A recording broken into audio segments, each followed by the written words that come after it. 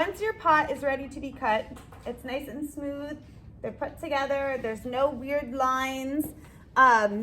You are gonna decide how you want it cut. The one that I did with my first period class is more of like a broken egg style.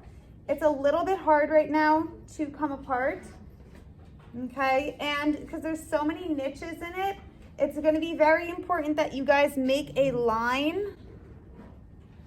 This needs to dry a little bit. The clay is a little too wet. But if I make a line, like say this is number 1 here, I had it down here. So if this is number 1 here, then this would be number 1 up here. And I know that they're always going to match up. This is only if you have a bunch of different little like notches before you pull it apart. If your clay is super, super, super wet, which is what happened to me during my first periods class, I have a heat gun and I just had to basically dry it a little bit so I could actually peel it apart. If you try to keep peeling, the pieces might break. So it might benefit you to just leave your project sitting out for a little bit till it air dries and then cut into it if it's super, super, super wet, okay? When we store them put together. If you don't store them put together, you run the risk of your project shrinking at a different rate, okay? Because clay shrinks when the moisture gets let out. If the project shrinks at a different rate and it doesn't fit together, that's a problem because it's part of the project. This is not a cleaned up project. This is just in its very rough stages, so I'm just gonna kind of leave it over here. So if you want to put your project on the banding wheel, and then you're gonna decide where you wanna cut your project. So you're either gonna cut it in the top 2/3, half, or the bottom 2/3. That's really up to you. Once you decide where your cut is gonna be, so I want my cut to be a little higher. I want my cut to be up here, okay? I'm not just gonna draw the design in. Personally, what I like to do is I like to see where my line is, okay? And I'm basically just going to spin the banding wheel, and then I'm going to hold your hand, or I guess decorating a cake. If you hold your hand, it'll hold it steady instead of just like letting your hand kind of like be on its own. So stabilize your hand somehow on the table somehow. And basically I'm just going to spin this and it should make a straight line across, okay? So now I know this is an even line all the way around. So now I can, okay, I don't want this line to really always be here. And now I'm going to go ahead and I'm going to draw my design. I don't want anything too crazy, so I'm going to pick a starting point. And this one's going to be a little bit more wide. You can go up and down. You could turn the banding wheel if you want.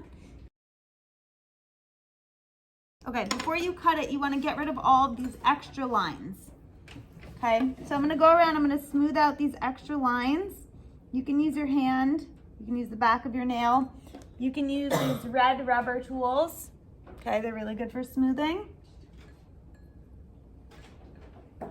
Whatever you want, but I don't recommend leaving these other marks when you go to cut because they're gonna affect the integrity of the clay and make it more weak. I'm going to take my pin or needle tool. You can also use, if you prefer, one of these tools. It's like an X-Acto knife, okay? And I prefer the pin tool because it's straight so I know where it's going. I don't have to account for any curves or angles. And I'm going to cut it in my hand because I find that easier. And I'm just going to poke it in and I'm going to drag it across this line that I made. Think of it like a racetrack, okay? You don't have to take the tool out. If you want to, you can. There's gonna be crumbs along the way. We don't worry about that right now. I don't know why I'm going this way. Okay, better. All right, so I'm just dragging it along this line.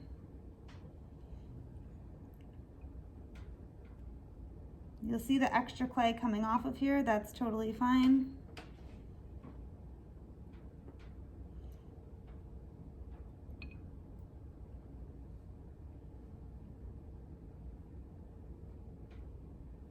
Okay, so now it came apart, but it will come apart very nicely. I am going to, just for my own sanity, write a little number 1 here, or I can make even like 2 straight lines. So if you make lines, you'll be able to tell where it's supposed to connect.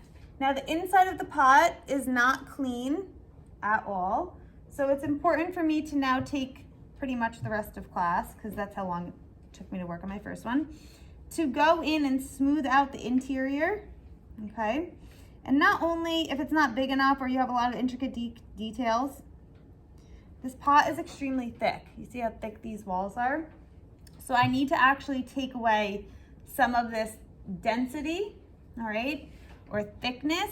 And so I'm gonna carve away at the interior. Carving can happen with this little scoop tool. You can do it with rounded carving tools, whatever you want. You can do it with the metal rib tool. You can go in and you can carve away just like that to make it a little bit thinner.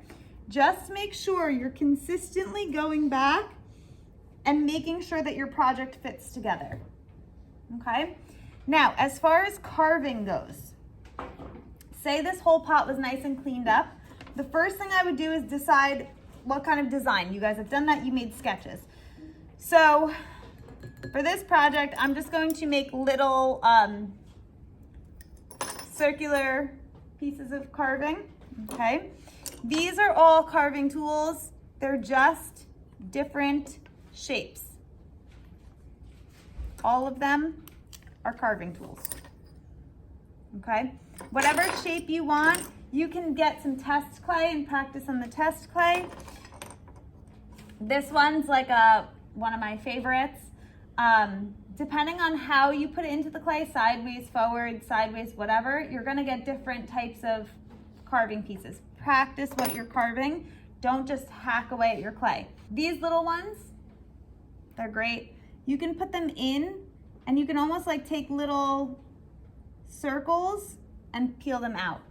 Okay, so they're really good. The little ones are really good for that. You could make lines with these other ones.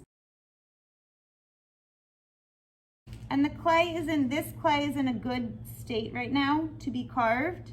If your clay is too wet, when you carve it, it's not going to come off. It's just gonna mush and it's gonna make the problem. It's gonna make a problem, okay? So you can carve little decals or designs into your clay with the smaller ones. You can use the larger ones, depending on what you're doing. Maybe you wanna make a line going around your pot. Okay, so you can hold your clay, you can hold the tool, you can spin this on the banding wheel and you can make a nice little. So you're going to, if you have time or if your clay is ready, you can carve into your clay in any way, shape, or form. Once you carve, there's really no going back. So if you want to draw first, like, oh, maybe I'll do a flower here, maybe I'll do a flower here, maybe I'll do a flower here. It's good to kind of plan that out. And then you can take your little tool and you can go in and make sure you account for where your handle is going to be or what your handle is going to be. If you carve too deep, I know that this is extremely thick, so I'm not worried about carving through it. If you're unsure, hold the inside of your pot while you carve and you can easily feel if you're going to go through it or not. Okay, so if I was holding it here, I can feel there's no pressure on my hand, so I know it's not gonna dig through the clay. I can go back in with this, what tools am I using? This tool.